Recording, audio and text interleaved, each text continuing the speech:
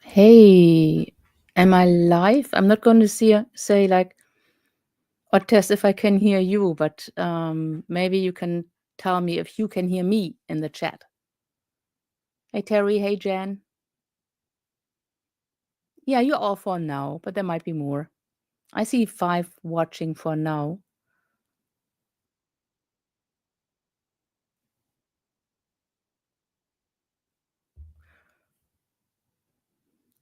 Ooh, I have some feedback.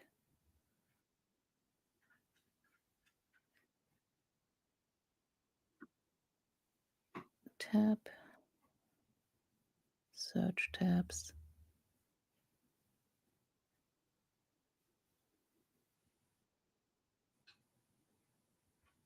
Okay, this should take care of it.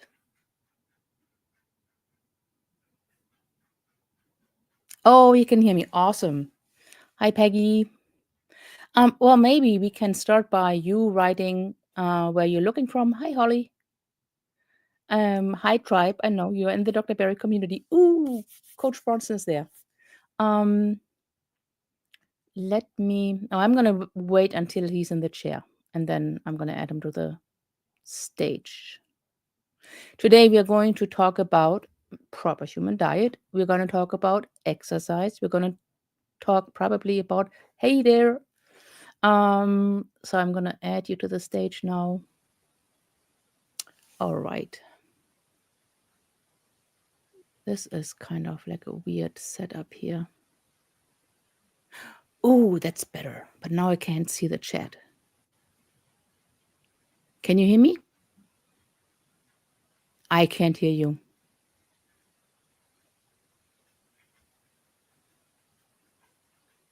Nope. No audio. Well, I can't. Oh, yeah. I just wrote something. There we go. All right. Had to pick the right mic. Howdy. How's it going? Howdy. Good to see you. How are you? Absolutely. I'm doing fantastic. I have spent like way too much time in Germany.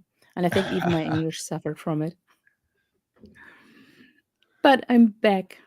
And back to doing lives, back to doing stuff. And so I sent you a message and thought we did the last live. Remember when we started to do Facebook first and give it a fair chance? And in the end, I found out that Facebook, you can actually invite guests, but only on your phone. You can't do it on desktop.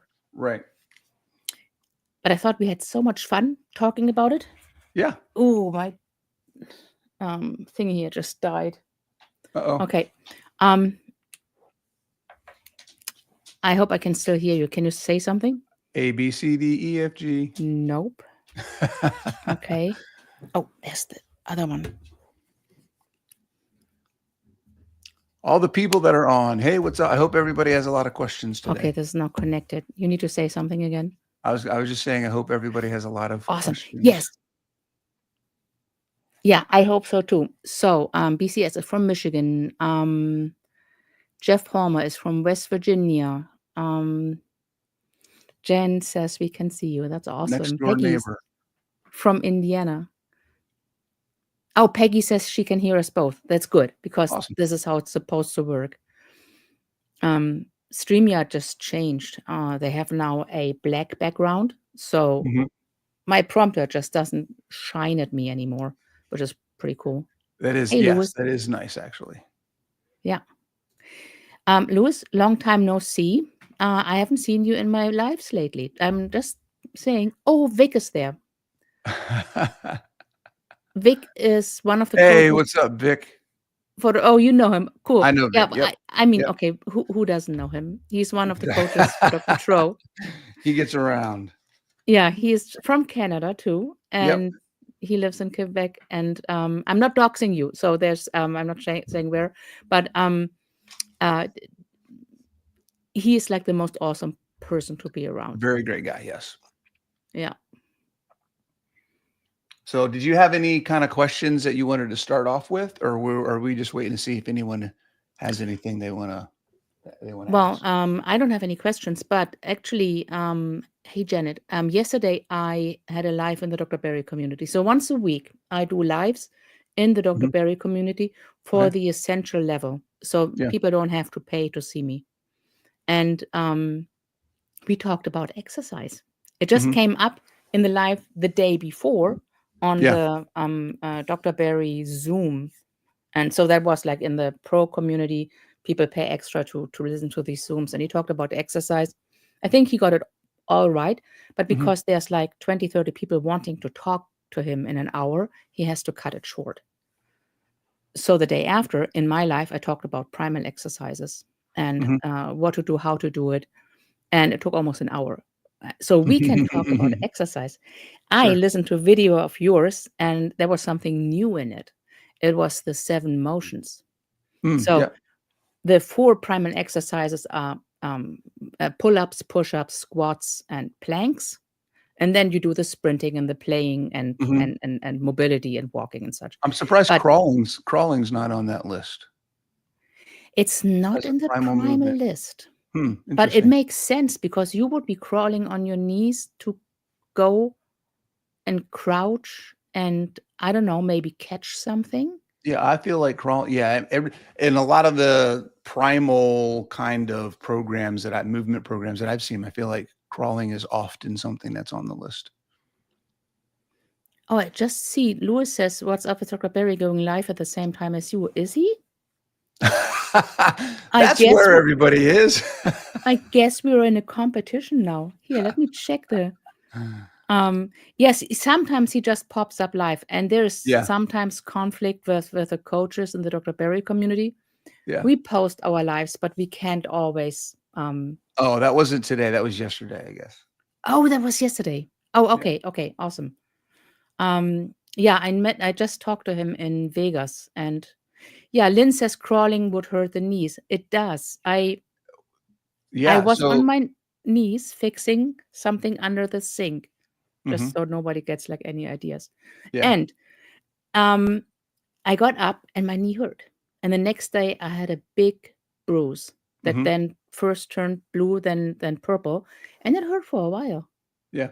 Yeah, crawling, when you hurt your knees, there's a couple reasons for that. One, all of the weight isn't supposed to be on your knees. Number one, when you're crawling, right? The weight goes on your hands, it uses your knees, and your feet take some of the weight as well. There's actually ways to crawl where your knees don't even touch the ground. So there's crawling is the general motion of 4 appendages on the ground moving your body. It doesn't have to be with your knees bent with all your weight on your knees. There's a lot of different ways to do it, but in general, um, it's a if it's not a primal movement, it is a movement that I can easily see our ancestors doing a lot of, whether it be crawling through brush, there's a lot of, I don't know if anybody Or spent a just lot of gather time stuff. in the wilderness, but there's a lot of places in the wild where you can't get from point A to point B if you don't crawl. Like So across a tree limb. tree limb through underbrush, like there's a reason why a lot of animals hide in the woods, right? Because the underbrush and things like that, they crawl under it and do it and stay safe. So crawling is definitely something that everyone should be able to do. You never know when you need to get on the ground and crawl. I wouldn't put it. Yes. It's not something we often talk about, which is interesting. Now that I'm thinking about it, we usually talk about pushing and pulling and squatting and bending over, carrying things, that type of stuff. Um, I may have to seriously consider if crawling should be. Maybe I'll add that as a supplemental additional exercise. 7 essential movements plus crawling. When you say crawling, I have babies in mind. And I think like Yeah. babies don't even have kneecaps. They just Initially, I don't think they do actually. yeah, yeah. So they are fine. They punish their knees and you'd think but they don't mind. And then I have these action movie scenes in mind where people crawl behind desks or Mhm. they're on their knees and I just think, oh, it's gonna hurt. But yes, you're right. It should be an exercise, and it should not be. That's what I did when I was working under that sink. I didn't like hit the floor with my knees hard. I didn't do Mhm. that, but it it did really hurt. Yeah. Yeah, and that's one of those things where getting stronger and moving more is gonna help that, right? Crawling shouldn't hurt. Any exercise Any shouldn't exercise, any hurt. movement, any basic general movement shouldn't hurt. So Some if you're doing soreness, something that yes. hurts, outside of having a mechanical issue like Jeff is talking about with his shoulders, he's got titanium shoulders. Yeah, I'm Um, gonna put that question up on the there, you know, screen. there's things that like that matter, but in general, you shouldn't hurt when you move.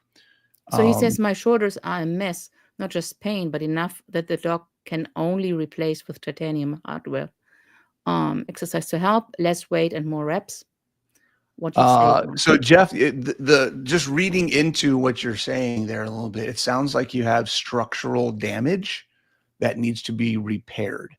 So what you're asking is kind of, to use an analogy, you've blown out your tires and you're asking how much air to put in and keep driving, right? It Yeah, that's doesn't a work good that one. way. So if you have structural damage, then essentially anything that you do is going to make the damage worse. So again, I don't know all the details about what's going on with you, but if you need hardware to fix the problem, I would just get that done as quickly as possible, get rehabbed, and then work from there And eat meat. and eat meat. Yeah, I Absolutely. mean, you need protein to heal. Um, Having said that, everything we say here, we are not doctors, we are not dietitians. We can Right. prescribe, we can diagnose, we can treat, just so you know. So this information that we are sharing is based in science, but we are not treating you and we are not diagnosing you, just as an aside. This reminds me of me taking a really bad fall when I was still in the super obesity category. Did you know they have the morbidly obese and the super obese? Severe. Yeah. There's actually three levels, three categories of obesity. Oh, yeah, yeah, exactly. And three is the third, is the super obesity. They're trying to catch up with this ever going up. Like, okay. Yep. Anyways, so with that, I had something in my hands, was carrying it, couldn't see the floor. There was a piece of paper. I slipped, wiped the leg right under me, and I fell on my bottom Hmm. hard. And that, so if you imagine like this being the joint for, that goes in the hip. Hmm. This is has a labrum all around, Hmm. kind of like holds everything in place, and that labrum tore off. About a quarter of it tore off, Yeah. and then it got stuck in the joint, which was That hurts yeah. a lot. Like it's not an ow pain. It's a pain where you just cannot stand on that leg anymore. It just gives way. Like either you fall. It's not something where you can so doesn't take care of it. But Hmm. with some Hmm. physiotherapy, I learned walking again. So this is the kind of structural damage, I guess. And I can exercise with it, but I can't walk long distances, for example. Hmm. Hmm. Yeah, no, it's the same for me. I mean, I did a lot of damage in my younger years. I have torn labrums in both of my shoulders. Um, I have torn meniscus in my knee. I don't plan on getting them repaired. I don't. They're not bothering me to a point where I'm in pain constantly. Changing my Yeah. diet to go to going from regular, I was paleo before I started carnivore, but going to a carnivore lifestyle, animal-based lifestyle, got rid of the pain that I was having. Yeah. I was able to start doing a lot of exercises I hadn't been able to do previously, but there are still a handful of exercises that when I see those in the workout, I'm going to do something else. I'm not doing that. There's no need for me to do it. I'm 52 years old. I'm not 30. I'm not 20 anymore. I'm not trying to prove anything to anybody. Yeah. And right, I'm in better shape than most people my age. So I can just say, hey, you know what? That movement isn't going to help me improve any aspect of my quality of life. It's not worth the pain and frustration of doing it because it's going to exceed what the structural capacity of that joint is right now based on the things I've done to it in the past. So I don't need to Yep. push it. Yep. Yep. Yep. I mean, my doctor said the same thing. He described in detail how the operation would look like and how much the success rate was. And then I said, yeah, okay, I'm going to follow your advice and not to go through with this Yeah, operation. yeah, yeah. So Terry says, I would need instructions. I'm just going to put this up in how to and not put knees down, knee replacement. So I think she had a Right. knee replacement. And then what do you do when after having a knee replacement? Yeah, if you want to do the kind of crawling work. Mm. I'm going to look something up real quick, and I'll put a link in here. Hold on, let me find. If I have a video. Do I have a video? I have 2 You have videos. like 1,000 videos on your channel, right?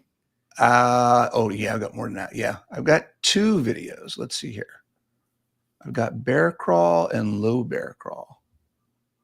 So I'll say, I got. Where's the link? How do I get the link here?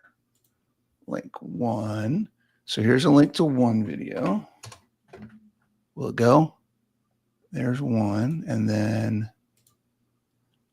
which one was that? That was the bear crawl. I don't do this one. So here's 2 videos on crawls that you can do without putting your knees on the ground. The first one, the regular bear crawl, is probably the easier one because it It's doesn't just take as hands much and feet. control and coordination. The low bear crawl is a lot harder. So I wouldn't start with that. I would start with just the bear crawl. I don't know if that link is clickable or if you have to copy and paste it. I don't know how it came through on YouTube, but in here it doesn't look like you can click on it. Let's see on YouTube. Oh, it takes a while. YouTube is a little like It's a time little behind. Yeah. delayed. Yeah, it's like a second or so later. So if I have YouTube open with Okay. sound, I get a weird feedback. I was able to cut that out. So okay, Jeff says he's keto. That's perfect. Good. Yeah. Also, something I came across just recently was, what is the best diet? What's the proper human diet? And so there's a spectrum. It's not beef, butter, bacon, and eggs. It's not, or it's definitely not plant-based. That's not on the spectrum. But it is anything between the lion diet and up to 30% of your energy from meat. As hyper-carnivores, we evolved on doing that. Yeah, the best diet is the diet that is going to support your lifestyle and give you the best quality of life that you can have. Yeah, I still don't see your link. That's what it is. Still hasn't come through. That's weird. I'm looking at it on my side. You can see it in the StreamYard chat, right? I can see it in the StreamYard. Is it like bad nuggets? Yep. Okay. I don't know why it shows that one. I used my Coach it Bronson might account. be held back because it's a link. Oh, okay. Okay. Send it to me on Messenger and I'm gonna put it in the or maybe I can copy it from. I'm just gonna show it there. Oh, there we go. That'll work. So that's the link. Just take a screenshot and then or if it's the first. Just put here, just go to my YouTube channel. I'll put that in there. My YouTube And channel here's the is at second Coach link. Bronson. Can I do something with it? And do a Oh yeah, search I can put you in a timeout. Ha! That's kidding.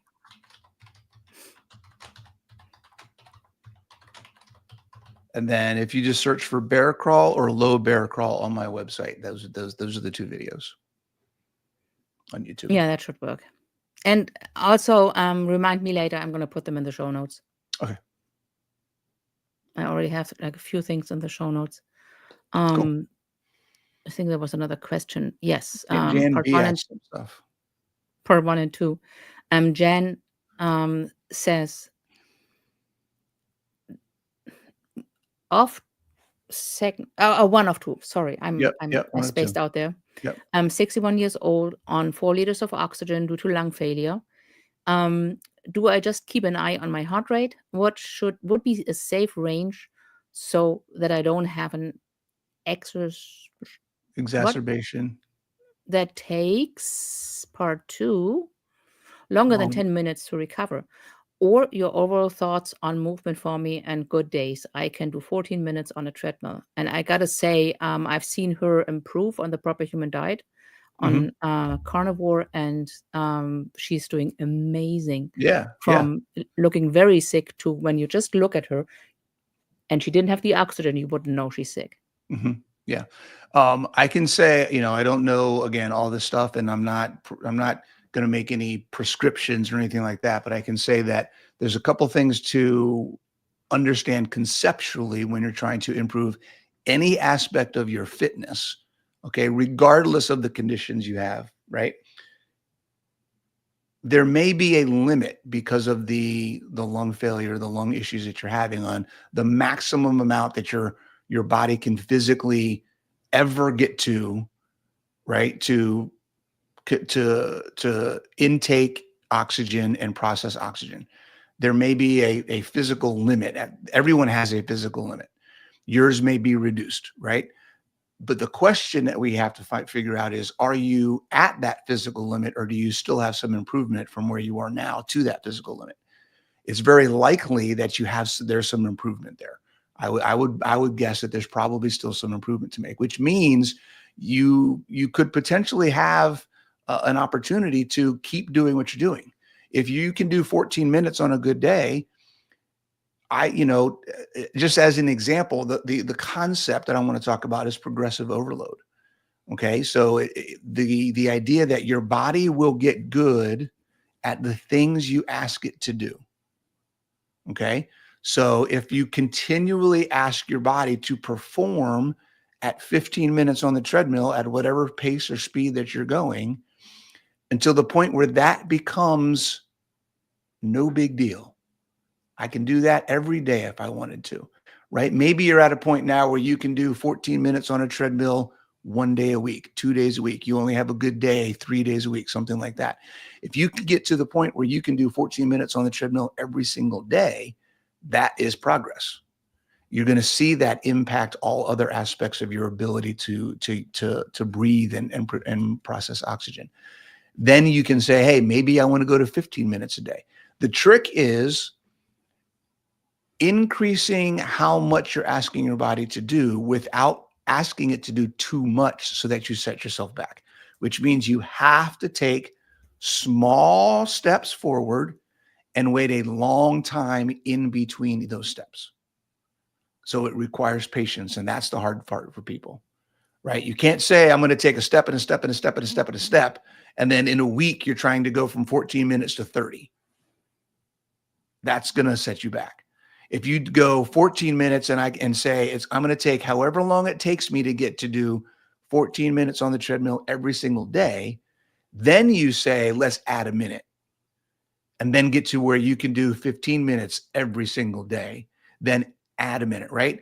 Give your body time to adapt, give your body time to improve. If you're consistent and you have patience, I have a good feeling that you're going to see some improvement there. I hope that makes sense.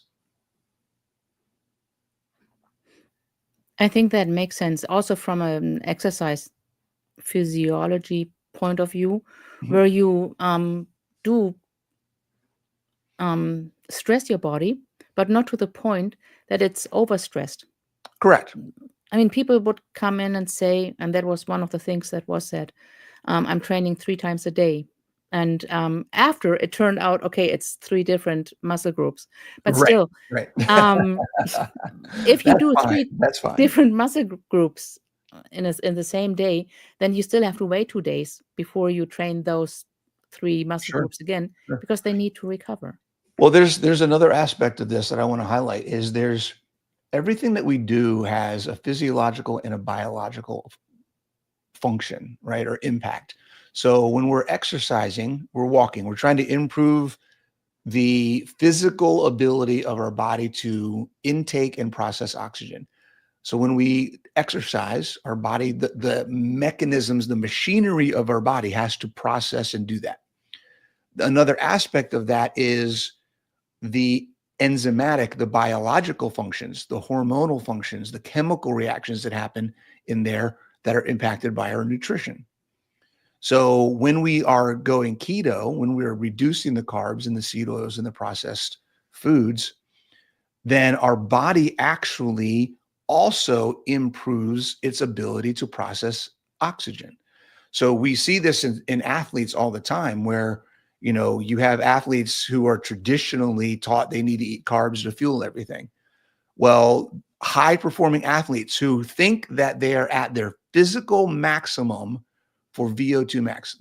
They are elite runners. They're in the Olympics. They're doing world class stuff, and their body is processing oxygen at the highest capacity possible. We can only go so hard before our body stops burning fat and starts burning carbs. Well, we're seeing that athletes that become fat adapted, their VO2 max goes up. The ability of their body to burn fat for longer goes up. The requirement for glycogen goes down. There's a lot of stuff that happens just because of the way that they eat. So the food that's coming in is changing the metabolism, the machinery, and how the machinery works. So for somebody who is trying to improve their oxygen intake and processing ability, doing the walking that they're doing and making sure that they are staying as consistent with their food as possible is going to be a double win.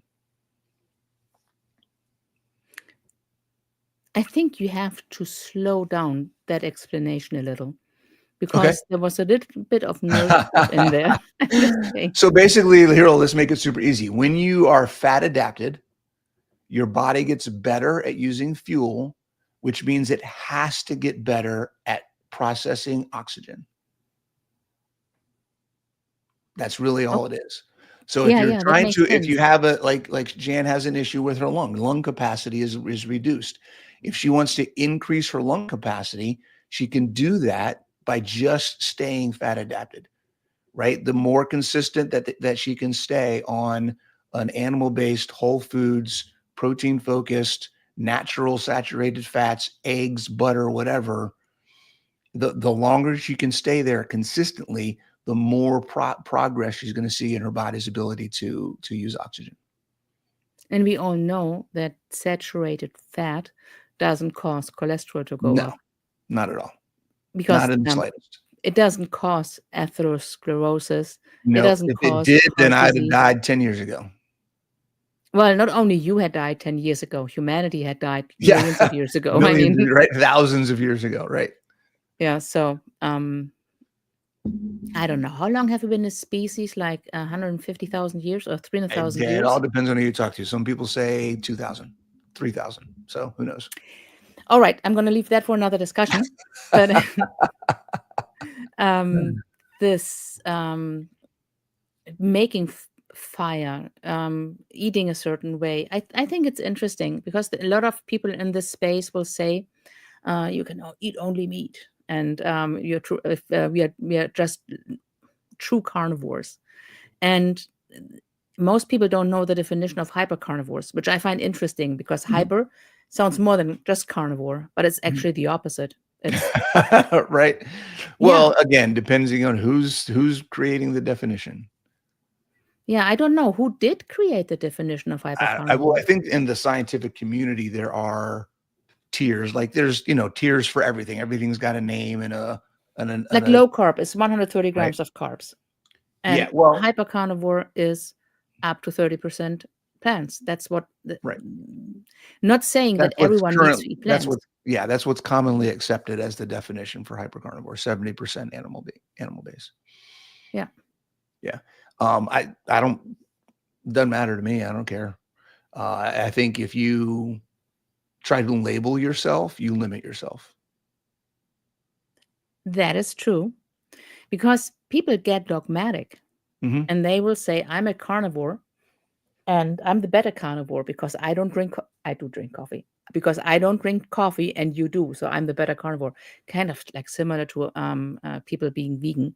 And then It's the one saying, same. well, It's exactly the I'm same. I'm not Yeah. using a smartphone because it's oil based, that's animals. So I'm the better vegan.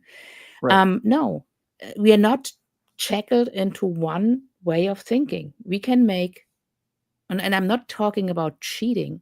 I'm meaning defining the diet that you want to eat for yourself, Yeah, the diet it's a, that makes you feel best. it's whatever your goals are, eat in such a way that it helps you reach your goals. Period. It's never going to be the same as anybody else. Once we get that out of our heads that I want to do what so and so did, and this is part of the problem of social media, which it's great. It's a blessing and a curse. I want people who have stories to get out on social media and tell the stories. I don't Yes, want people to listen to the stories and try to do the same thing that that person did. It's not about what they did as far as what their macros were and what foods they ate every day. It's not about what I eat in a day. that reminds It's me of about the posts in the fact that I community. ate something every day that helped me, right? Yeah. This reminds me of something in the So community that's where they say, yeah. I can We're all eat trying to get such somewhere and that's better such than where we are now, and still lose and weight. that's for everybody. That's the Yeah, biggest goal. you're breaking up a little. I'm not sure whether that's my internet or yours. It looked like you just cut out for a second, but I think you're back. Okay, it looked like you cut out, but I bet I cut out because I'm Starlink and I don't know, clouds, whatever.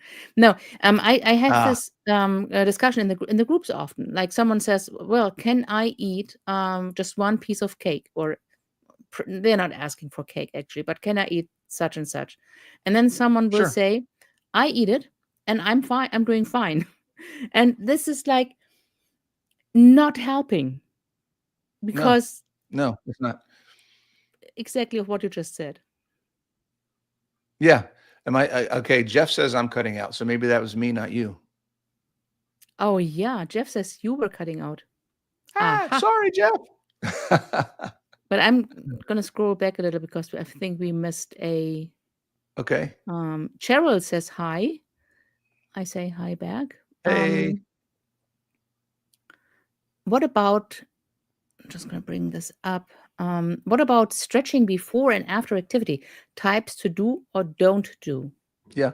I think it's preference. I recommend definitely doing some kind of a warm up before you do any activity, especially if you're not used to doing something. Everybody's a little different. I know people that have been physical and active for a long time that just like to go right into what they're doing, but their body has been trained and adapted for physical movement, so there's less activation that they need to do beforehand. For most people, a good warm up includes what we call dynamic stretching, which is moving your body through ranges of motion, not getting to a specific spot and then staying there. That's static stretching. So, what we're trying to do is we're trying to move our arms in circles, rotate our legs, bend up and down, do some air squats, do some lunging and stretching, right? We're moving our body through It's that always range of motion. it's already exercise for me. Yeah, right. And it doesn't have to be high pace. It doesn't have to be fast. Take your time with it. We're trying to just say, hey, body, I'm getting ready to move. I'm getting ready to exercise. When you're done with the exercise, when your blood pressure is up, when your blood volume is out, when your synovial fluid is coursing through your joints, when your nervous system is ready and active to be stressed because you just stressed it, right? Your fight or flight system is up here. That's when you want to go do your static stretching and try to extend your ranges of motion. That's where you do those split stretches and you get to that range of motion that you can't normally get past. You try to go a little bit further and hold it for 10, 15, 30 seconds and do that a few times, right? So before exercise is it's often better to do movement-based stretches. And then after exercise, it's usually beneficial to do static, more restorative, let's call it stretching. Hope that Yeah, helps. or even stretching beyond what you could usually achieve Correct. on a warm body. This is also what I learned. If you do that kind of stretching before, like trying to do a split and then start exercising, that actually might hurt you because you might then come into a range of motion that your muscles don't support. So Yes. before exercise, you will always do motion or ranges of motion that your muscles still support. Mhm. And fun fact, I learned that some sprinters actually want certain joints to be a little stiffer because it makes them more explosive. Oh yeah. Well, there,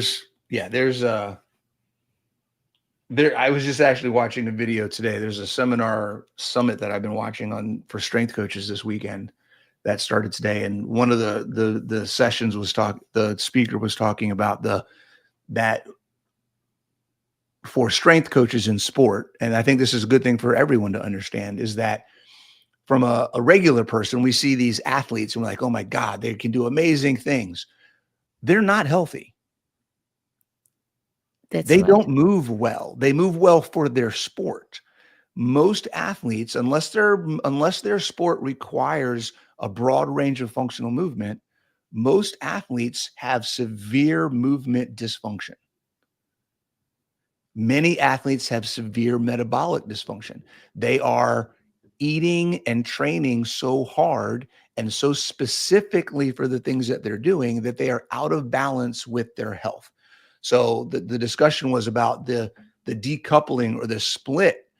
At some level of competitive performance, your focus on your sport starts moving you away from general health. And I don't think a lot of people understand that. It's But something. also at the same time, most people are not these athletes. So Correct. as And long that's as, and yeah, as that we that don't do that, it doesn't apply to us. that's the point. Exactly. That's the point. You're not an elite athlete. So don't be watching athletes online trying to do the stuff that they're doing. Hmm.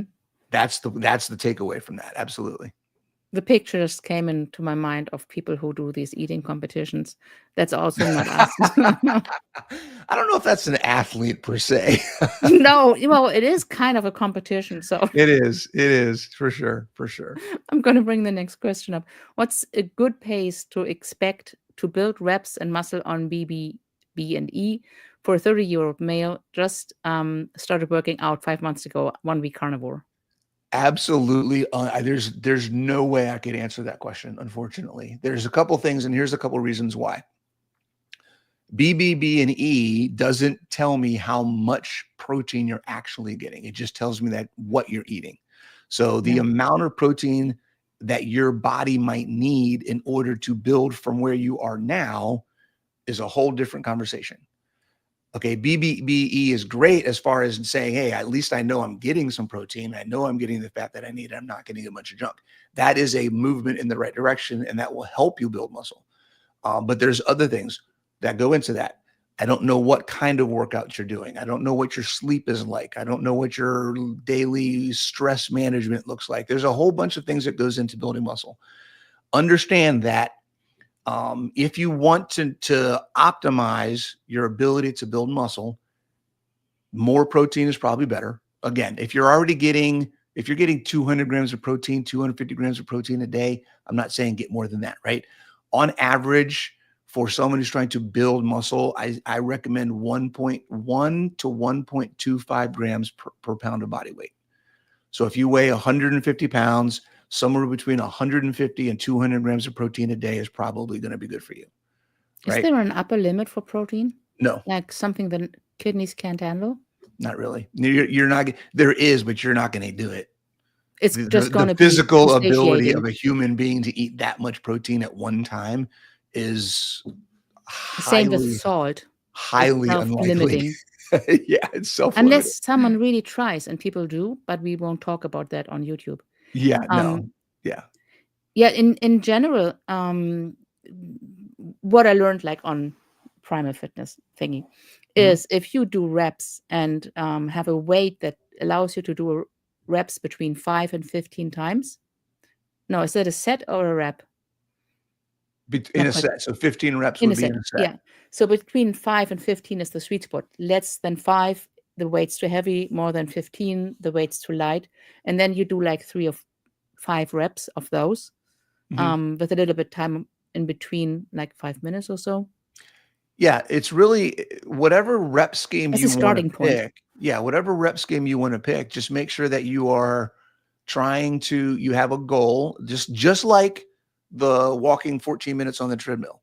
It's the exact same thing with lifting weights. If I can lift 20 pounds if I can do curls with 20s and I can do five sets of 10, and I can do that consistently for 3 or 4 workouts, it's probably time to go to 22s With good or form. 23s or 25s, right?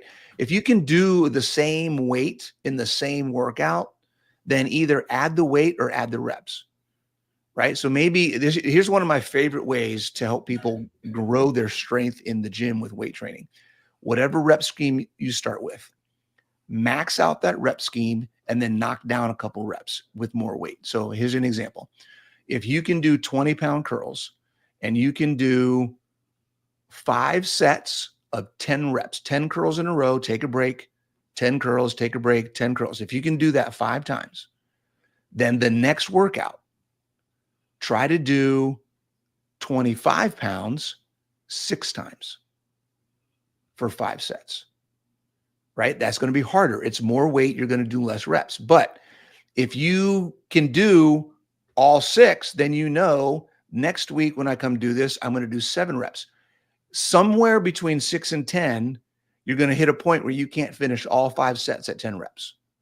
That's where you know you're starting to work now. And then you keep working at that rep. The goal is 5 and 10, 5 and 10, until you can do 25 pounds 10 times for 5 sets. And then you go to 30 for 6, right? So that's a great way to do it. You know that you're progressing up and you're getting a heavier weight.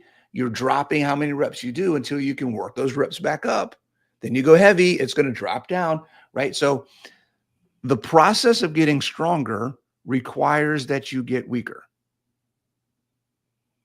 Think about that. Okay, that needs, yeah, I need to think about that just for a Yeah, moment. it's a mind, right? Yeah.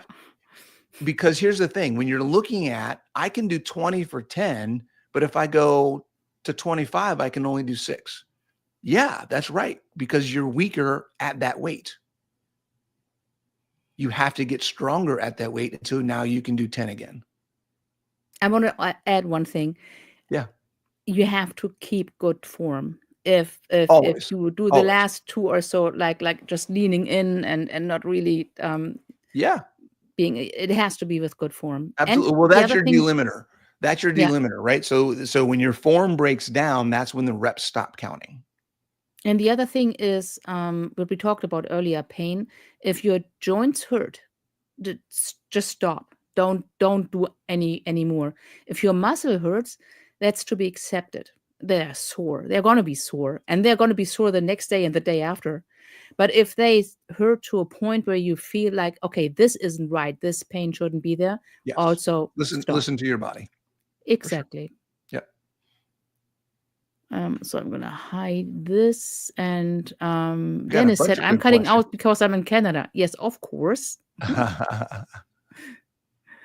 Okay, Vic says, Coach Bronson, what to tell people who are concerned about working out during extended fasts? Ooh, that's Oh, good stuff. Vic, you're trying to set me up here, man.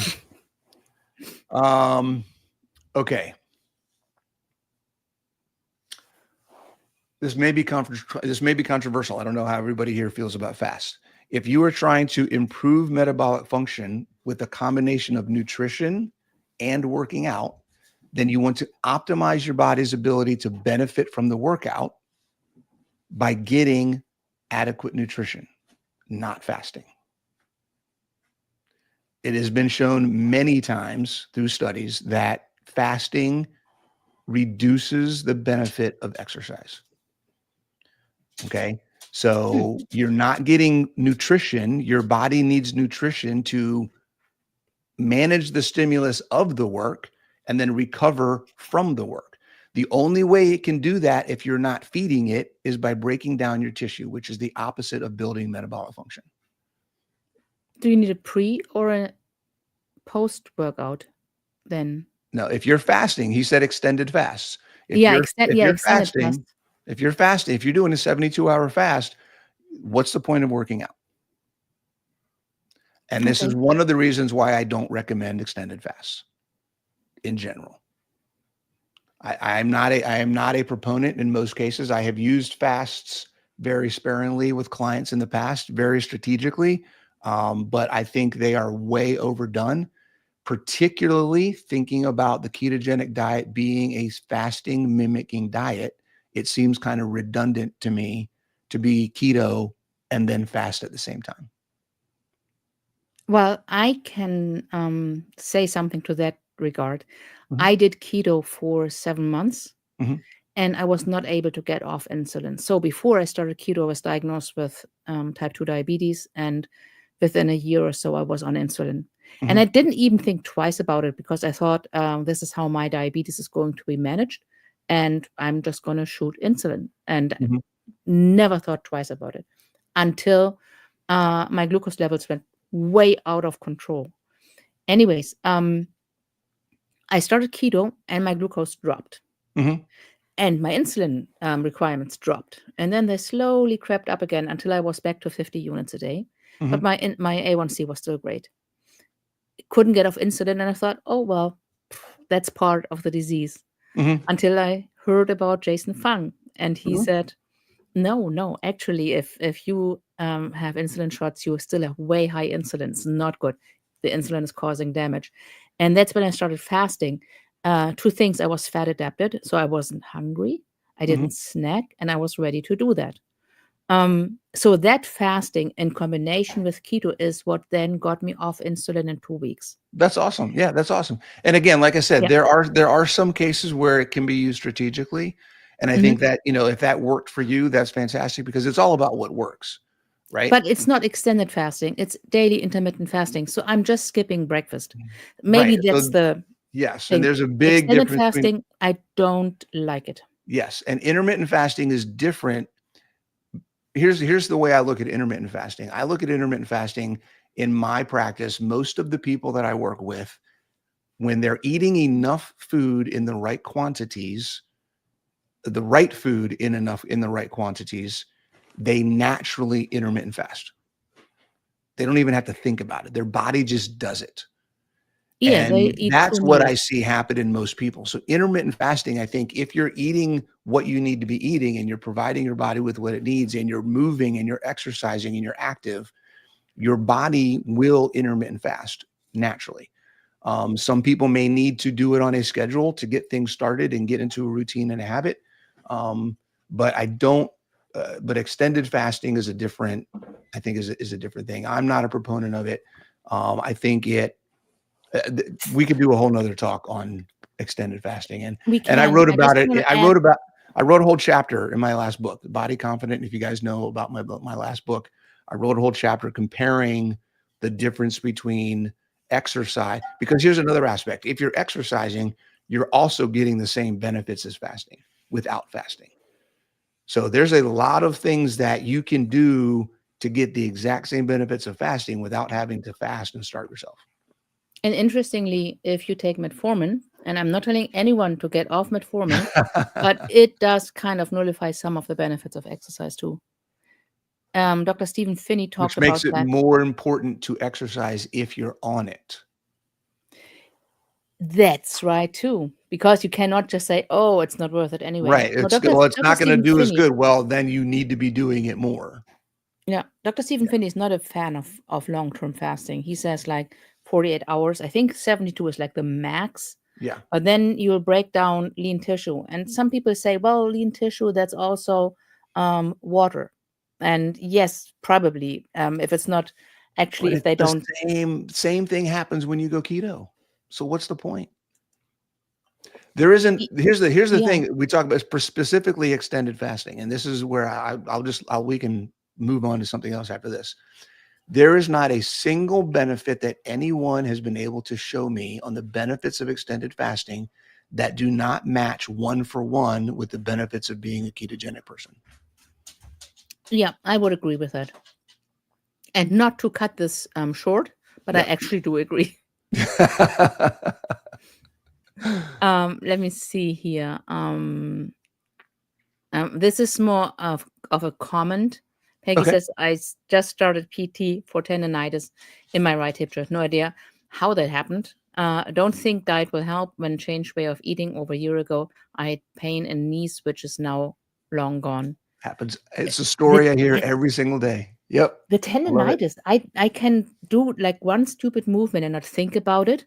and do it repeatedly, and I end up with tendonitis, like picking up folders from the floor Yeah. in one certain way because I had to work on the taxes. Hmm. I still have to do that. Also, Yeah. good reminder. Yeah. And 2 days later, my arm was hurting like crazy, and I had to get it fixed by a physiotherapist. All right, I'm Thanks, gonna Megan. put up the next one. Jeff says, a question for Coach Bronson.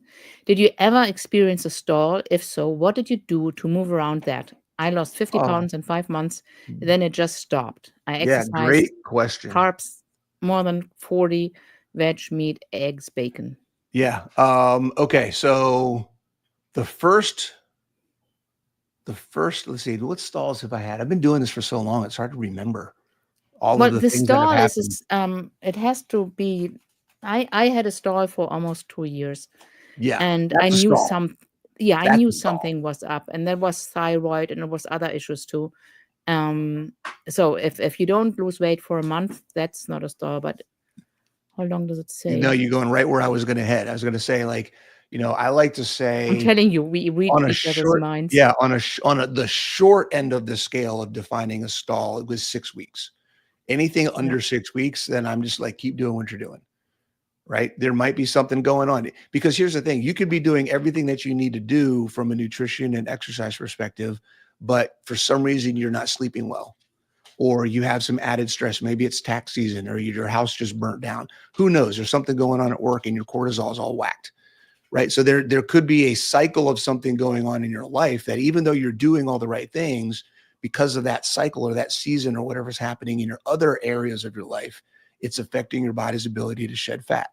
So changing your nutrition and your exercise in order to optimize, air quotes, optimize fat loss during that time is actually going to set you back, because when that stimulus goes away, now you're on a plan that's not doing what it was supposed to do. Right. So people tend to change their diet and their stuff too quickly and not take other things into account. And there is other things. It is not just diet. It is, like you said, it can be exercise, over exercising. It can be not eating enough or eating too much. It can be poor sleep, stress, what you said. It can be a feeling of being lonely. It can be an event that you have no control over. Like there's so many things that can go into this. And it can be the body going through some disease process that you're not aware of, some Sure. inflammation. It can be the body just saying, you know what? I'm just going to sit at this weight for a while because I'm like scared that something's going on. I'm just going to stay here for a while. Yeah, there's some changes that happen, right? Your body gets to a point, and because we are focused on the weight loss when we talk about a stall. So this tells me any question about a stall, by default, 99% of the time, it's about weight loss. So Mm. the process of healing isn't just weight. If you have something that's metabolically dysfunctional, you may lose some weight at first, and then your body says, hey, I'm not stressed about this weight issue right now. I got to work on this other issue. I got a hormone imbalance. I got an enzymatic problem. I got a gut problem. I've got something going on central nervous system wise that I need to fix. That's a higher priority than the weight. So it's going to stop the weight loss, work on that under the covers. And then when that gets resolved, right, maybe you notice you're sleeping better. Maybe you notice you're thinking better. Maybe you notice you have more energy throughout the day. There might be maybe you had a tingle in your arm that went away. There could be a million things that you see improved that had nothing to do with your weight. That doesn't mean just because the weight isn't coming off, doesn't mean the diet isn't working. Just Yeah. keep that in mind. One more thing, like I'm drinking, it's actually not Element in the cup. And they are not sponsors of this channel. I don't have sponsors. And then I also have a You this do have cup a of bunch. You do have everybody watching is a sponsor. probably, and yeah, right. And then this is salty, and they both taste amazing. I mean, Mhm. there is an Element in this one. I usually put chocolate salt in my coffee. Anyway, um in the chat, if you want to win either some element or some salty, right, that you want to win. And then after, I'm just going to pick a number. I'm going to be honest. So I'm not prepared to do a live draw. I don't have anyone who's writing down the numbers like usually. Just say what you would like, and then I'm going to go through the chat after we finished. Yeah, let Um, me respond to Jeff a little bit more. Just say there's a couple things to look at. Number one, I think Roxana mentioned, are you eating enough? That's a big piece. If you're trying to lose weight, and we talked about building muscle before, the more protein you eat, the more body fat you're going to lose, essentially. So that's I'm going to something to say make sure you dairy and nuts. make sure you're getting enough protein. Make sure that you are getting enough rest after your workouts. Okay. And then the workouts that you're getting, make sure you're pushing yourself to a point where you feel like it's going to make your body change. So all of those things need to kind of come into place. The process of building muscle and increasing your fitness is going to help you lose body fat. Being consistent with your food intake is going to help. And if it's been less than 6 weeks, um, Don't keep going, worry. And keep going. dairy and nuts can often be easily over consumed. Like people say you can't lose weight on, or you can't gain weight on keto. Oh, I Yes, you gain weight can. all the time. Absolutely. You Yeah. absolutely can, for sure. Okay, here I have a good question from Angela. I have a weight limit because of an ascending aortic aneurysm. Can I get stronger with the weight restriction? There's a lot of nuance to the discussion. I will say generally, yes, you can get stronger with the weight restriction, assuming that you have body fat to lose. Okay, because we're talking about a ratio of body fat to muscle and lean mass. If you have 25, 30%, 40% body fat, there's a lot of weight that you can lose and build muscle, and muscle grows slower than fat is lost. So you could lose a ton of weight and still have a large window of body weight to gain in muscle, and you'll be fine. Yeah, there's also what I would ask your doctor is with the aneurysm, is your weight limit? Like, is your weight limit, for example, lifting weight with just your toes? Is there a weight limit? Like, where Oh, is the weight she limit? meant the weight of what she can lift. I I was thinking she was That's talking how. body weight. No, You're I talking thought. weight, the weight that you move, the exercise weight. Okay, that's a different conversation. Sorry, that's where I was going. Maybe you are right. Maybe I'm wrong. I don't know. No, I think you got it. I think you're right. So the weight that she can lift because of the pressure on her heart from the exercise, that's what we're talking about. That makes more sense. Um, it depends on what that weight is. So, Angela, I would say the best thing for you to do is find somebody, a physical therapist who has experience working with someone who has heart issues, a heart condition, and go work with them.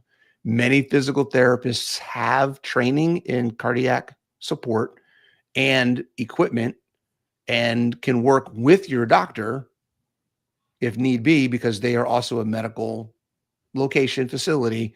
They should be able to work a plan with you. That would be my suggestion. It's definitely not something, because I don't know anything about the condition. I don't know what weights are recommended. I can tell you that it's likely your doctor giving you a set of weights that you can lift is completely out of the blue and means nothing.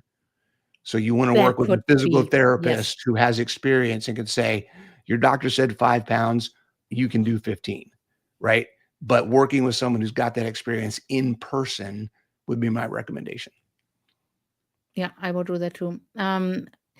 Cheryl said something. What type of exercise would I start with? I'm very unfit currently. Before you answer that, um, I was encouraged in Las Vegas to open up another spot for Zoom lives. So I do a Zoom live every week on Thursdays in the Dr. Berry community. Mhm. And they said, well, I can on Thursday. Can't you do another day? So I said, okay, I'm going to do Tuesday. But that Zoom is actually outside. It's not in the Dr. Berry community. If you want to sign up for that Zoom, is it on? I can see. Yep. It came up on the screen. No, I wanted to actually, whoops, not sure what I'm doing here. Banners. Oh, there it is. Yeah, it is. Yep, it's on Oh, the banner. okay. Yeah, later for me. Okay. Anyway, you can sign up there. It costs $5, and you can get 4 weekly or 5 weekly Zooms um with others who are showing up. So it's not something that I will be getting rich of, but it's a lot of value for the people who join that. And now let me try to get back to the questions.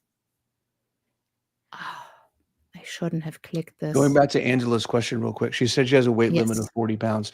Something else to think about, Angela, is not just the weight, but what you're doing with the weight, because different movements will have different impacts, different rep schemes, and how you actually exercise will matter as far as your heart goes. So rest times in between sets, how many reps you do in each set, all of those things matter. And you really should work with a professional that can help you make sure you've got that set right, so you don't do anything that's going to be hurtful. Okay, I got the comments back. Jeff said his thyroid is good. That's good. Okay, good. Um, question there. How should exercise be dealt with when CIC is moderately high? Most in LAD. I don't know what that means. Nervous about getting heart rate high. Yeah, I can Yeah, see why you would be nervous about that. yeah, yeah. Um, Again, you have to feel it out. So if you whatever your level of comfort with how high you get your heart rate is, that's your limitation. So you go with that, and you have to make that. If you're at 120 and you're like, this is too much, I don't think I can do it, I'm not going any higher than that, then for you right now, 120 is your heart rate limit. And Okay. that could very well be because depending on age, it's like 180 minus whatever your age is. Yeah. That's where And you should and not get over. yeah, and the other thing too to think about too is why just heart rate? Your heart rate doesn't Because get to everyone talks 100, about it. right? But your heart rate doesn't get that high when you're lifting weights. If I go to a machine and I do curls, or I do leg extensions, or I do a bench press, or I do a leg press machine, and I do 5 reps and I take a break, and I do 5 reps and I take a break, my heart rate's not getting over 80, 85, maybe the highest. So the focus Yours. on cardio as the solution, this is where I'm getting to. If we're thinking that we need to do cardio and we're equating cardio with exercise, I'm telling you right now, no. The best thing that you can do for your metabolic health, for your insulin resistance, for your cardiac health, everything, is to start building muscle. That will do more for you than anything else will. And it will last you longer, and it will be more persistent, even if something happens when you can't work out. The problem with cardio is everybody does it first instead of the other stuff. And then that's all they do. Here's the thing with cardio. It only works when you're doing it. The minute you stop, your body starts going backwards. When you build muscle, your body maintains and retains the work from building muscle and carries it into the next time you do it. It doesn't work that way with cardio. Okay. So, you choose your level as far as heart rate goes when you're doing cardio. I'm not saying don't do cardio. I'm saying don't focus on cardio. Focus on building muscle. Cardio is secondary. But if you're untrained and do like strength training, your heart rate will get up some. So it's It kind of can, like doing cardio but almost at the same yeah, time. if you're doing 15 and 20 reps, but you don't need to be doing that. You can do 6, 7, 8 reps, right? Yes. Again, same thing, just like anything else. Don't There is no expectation other than the ones that we set for ourselves. So if I set myself, no matter what exercise I'm doing, I don't want my heart rate to go over 100. Then I put my band on and I do curls. Oh, I'm at 99. I'm going to stop. Now, did I feel like that weight was heavy? No, I could probably go heavier. Okay, let me go heavier. I did 10 the last time and I got to 99. With a heavier weight, I can do 6 and I got to 99. Okay, great. So I'm at a heavier weight. 6 is my range. That's where I'm going to stay. Right? You got to play. You have to play around with it, figure it out, experiment with yourself. You're a little kid trying to figure out how to play with the new toy. Guess what? The new toy is your body. Go play, figure it And out. it's your That's what only this is toy. all You're about. not getting another one. Don't break it. It's the only one you get. You don't break it. Absolutely. It's okay. Here's the final question. What resistance training is best for someone with 3 herniated discs? So again, that's hard to answer because I don't know where they are. Are they all in one place? Are they in 3 different places? If you got one in your L, one in your C, and one in your upper, lower, mid back, that's going to be hard. I have herniated discs in my neck, and this is may blow some of your minds. All of the pain, I was debilitated with pain. I actually didn't know that I had a herniated disc. I was at a park with my kids. This is my early 30s. I was at a park with my kids. I picked up a rock and I threw the rock in the lake and then went straight to the ground. The pain in my neck through my shoulder into my elbow that I had from throwing that rock out of the blue, I was perfectly fine up to that point. I've never felt anything like that before. I was on the ground, on my knees. I felt like I got hit by lightning. Went to the Wow. doctor. I got cortisone shots in my shoulders. I had all kinds of stuff done to my shoulders. I was going to get surgery, like all this stuff. And then the doctor randomly, my shoulder specialist randomly said, "Have you ever had a neck x-ray?" And I was like, "No." He's like, let's go do that. So he did that, brought me in, had a specialist look at it. I was 32 years old. The doctor said, "You have a neck of a 60-year-old." I was like, "Oh, that's great. Fantastic. Woohoo." Went to chiropractic for a couple of years. That helped. I didn't see complete alleviation of any of my neck issues. Okay. Herniated disc, 1 herniated at the time, 2 bulging, right? At one point it got to 2, I think, 2 herniated, 1 bulging. It was something like that. All of that has gone away completely since I started CrossFit 12 years ago. That's CrossFit, the yeah. workouts that I did in CrossFit, the strengthening, the full body, the 7 essential movements, the functional resistance training, high intensity work that I did with proper movement, progressing as appropriate over time. Those are the keys right there. So what I'm saying is it doesn't really matter as long as you do something based on where you are now and then progress with good technique over time. If I can do it with CrossFit, you can do it with anything else that you've got available to you. Does that make sense? And we are meant to move. Yeah, If we absolutely. don't move, we get sick. So that's also our biology. Our biology is to eat certain foods, and that's not only plants and supplements. Mm-hmm. And our biology is to move. Our biology is also to make meaningful connections, like talking to people, like Coach Bronson. I always enjoy our chats. One more thing though. Cheryl said her question wasn't really answered, and I think that's because I stepped in and said, Yep. I'm trying to find it. Like what? I'm just going to bring it up here. Yeah. What type of exercise would I Oh, yes. start with? Okay. I was going to say, this is one of my favorite questions. Okay. And I think somebody asks it every time we get on. If you're not sure what to do to get started, here's the best thing you can possibly do, because the purpose, here we go. Let's revisit real quick. What is the purpose of exercise? The purpose of exercise, and this is another video I was watching earlier today, the definition of fitness, or a definition of fitness, is your body's ability to perform under whatever stress you are putting on it. That is fitness, right? So what is the stress or activity that you are trying to do that you physically can't do right now? Do that until you get good at it. Like walking stairs. If walking up and down the stairs is hard and you're frustrated at how hard it is to walk up and down the stairs, walk up and down the stairs until you can do it on your hands, right? If getting up and down off the floor is the most challenging thing for you to do physically in a day, then purposefully, with intent, get up and down off the floor until you can do handsprings,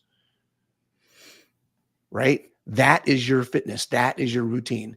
You're going to get to a point where that thing that used to be a blocker in your life is no longer there, and that will free you up to do the thing that you want to do that's next.